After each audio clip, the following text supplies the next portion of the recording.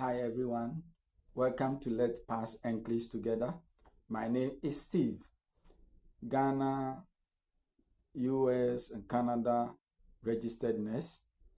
I am currently practicing in Canada as a registered nurse. And as internationally educated nurse from Ghana, I want to give you the strategy that I used that I think and believe really helped me in passing these NCLEX exams in 2023. After these exams, I have learned a lot and I still follow the trend. And there are key things that I want you to know in this video that will help you to study smarter instead of harder. So they are simple but effective. And I believe if you use it, if you utilize it very well, you are going to be successful in your upcoming exams. So come close, sit, listen, share this video, comment your weakness areas that you want us to review. Let's meet and discuss. And I believe this exams is going to be easy and simple for you. The first thing that I want you to know is that understand NCLEX. Yes. A lot of people are planning to write these exams. A lot of people are thinking of how to write these exams, but they don't really understand NCLEX. And there is one thing that you need to understand about NCLEX. NCLEX is not about memorization, no. So you can get your facts, you can memorize certain things, but English is not about that.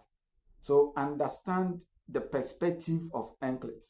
English is about testing you, how you respond to situation that confront you. Situation that you encounter at your facility. How are you going to respond to it? How are you able to think critically? How are you able to delegate? How are you able to ensure patient safety? How are you able to make clinical judgment? So these are the things that NCLEX tests you on. And it is important to know that NCLEX exams is not something like you are going to look at what is this, what is photosynthesis. No, it's not about those things. So it's important you know how to respond to issues, how to make a clinical judgment. It's very important. Think critical. That is what NCLEX tests you on. Patient safety. How are you able to delegate effectively? In the case you are very busy, there are other cases at the ward or your unit. How are you going to prioritize it? How are you going to delegate? How are you going to be able to think critically in that circumstances? How are you going to solve the problem? So that is how NCLEX tests you. It's very important to understand that. The next thing that I want you to understand is that choose one main question bank. Choose one main question bank. Don't be prone to a lot of question banks. You'll get yourself confused. If you listen to my previous video, I talked about utilizing Archer. Archer is the one that I used. Though I was listening to Raymond Ness, I was also listening to NCLEX Crusade International. I was actually following them on YouTube and others.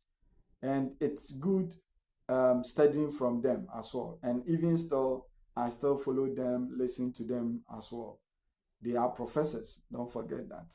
So they know a lot of things, and it's important that we continue to learn from these key personalities. So One thing that I want you to understand, that you choose one main question bank and utilize it. Utilize it. It's very important that you note that. It's very, very, very important. So if you are choosing U-word, make sure you use that. If you choose bootcamp, make sure you use that. Archer, make sure you use that. Nursing.com, whatever you are using, please make sure you utilize it. Study it. Study it. It's very important.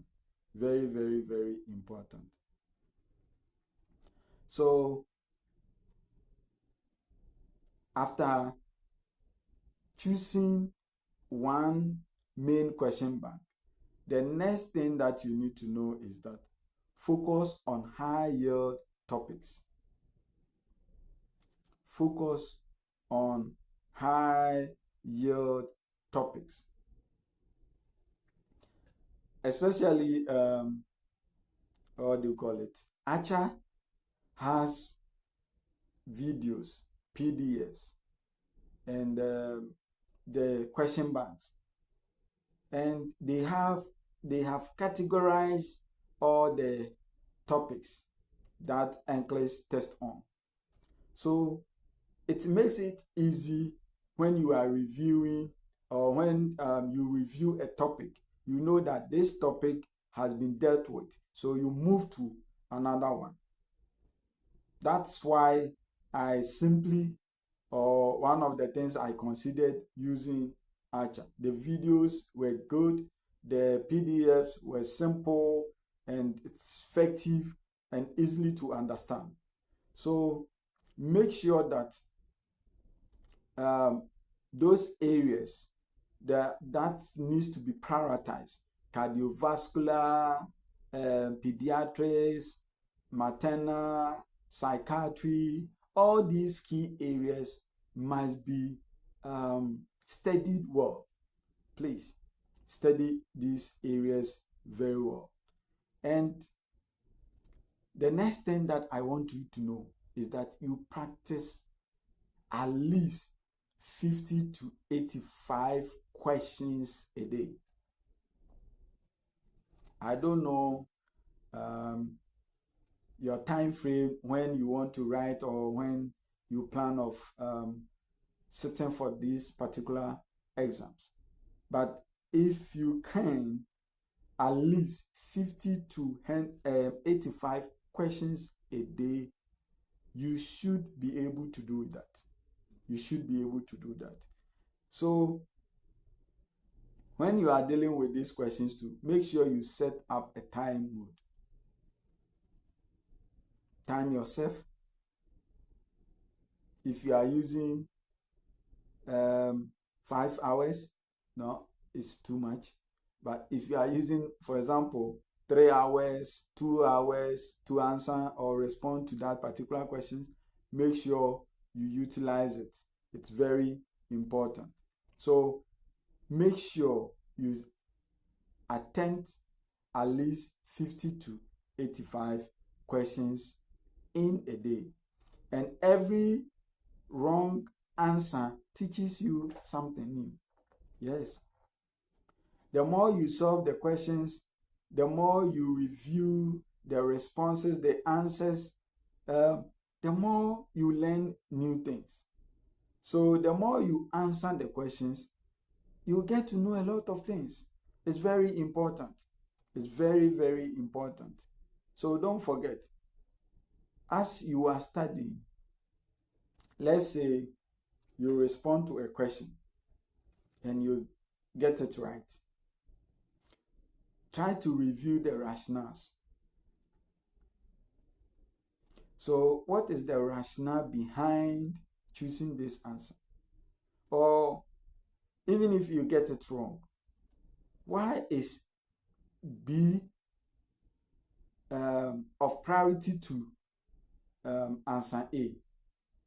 Or why is C more important to D?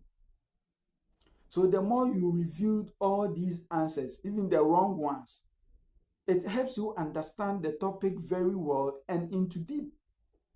So it's very important to pay attention to that as well. So note that it's very important. And the next thing that I want you to also know is that you review your weak areas. Don't ignore your weak areas. So it's important that you focus on your weak areas. If you solved question and you find out that no questions under pediatrics, I'm getting most of them wrong. Take time and review pediatrics. If you answer questions and you find out that at maternity you are getting a lot of questions wrong, find time, review maternal nursing.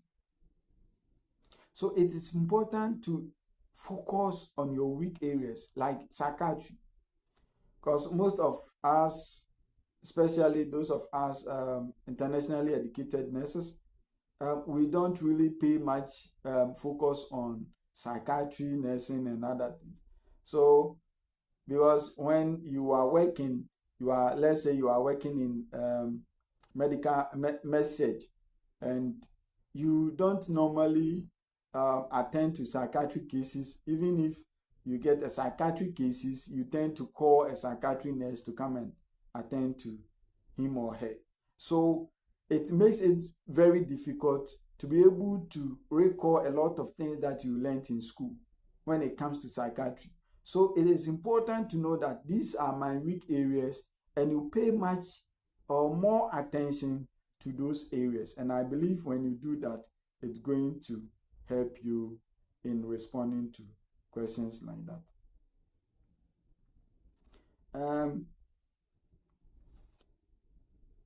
And it's also important to also what do you call it?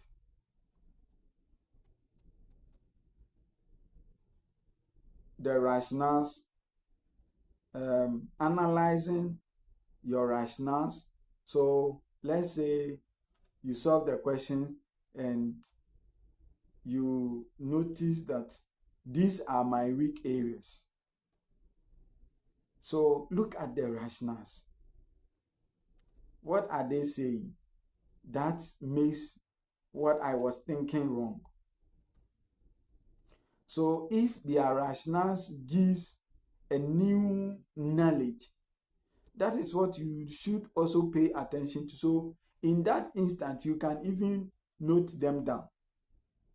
The key things that the rationale was bringing it out. So the key thing that the rationale focused on that made that particular answer to be correct instead of what you were thinking of.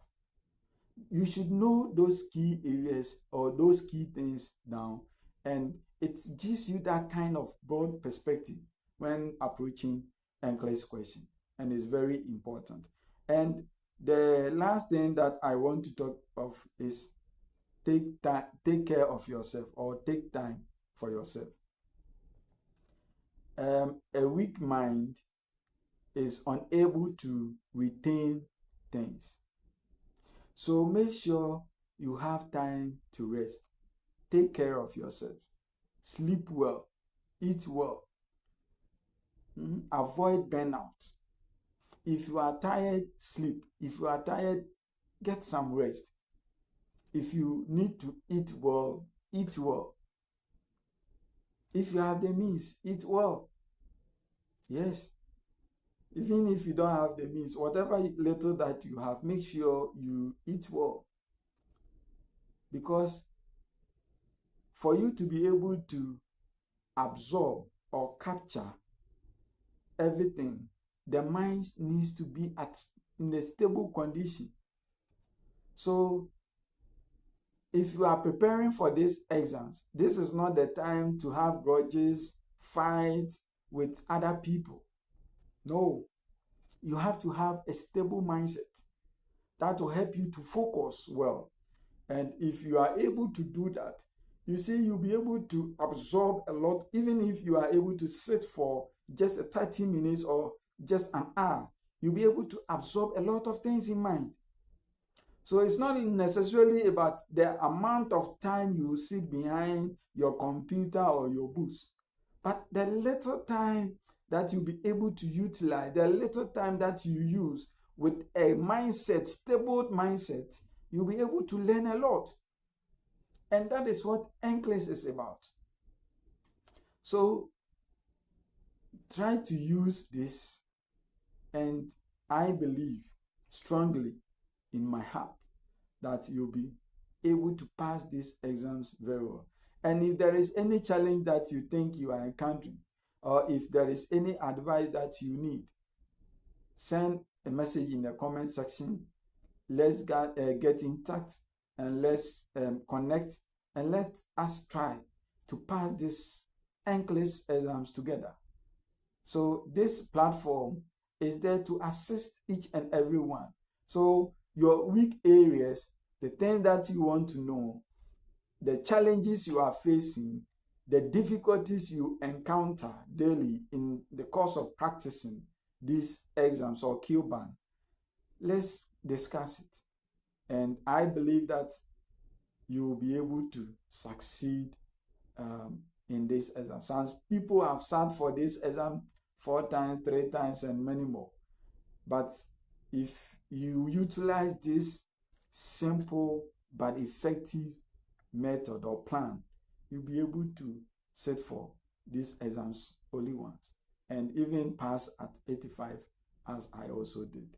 So let's get interacted, and like this video, comment, and let's make progress in other people's life. God bless you.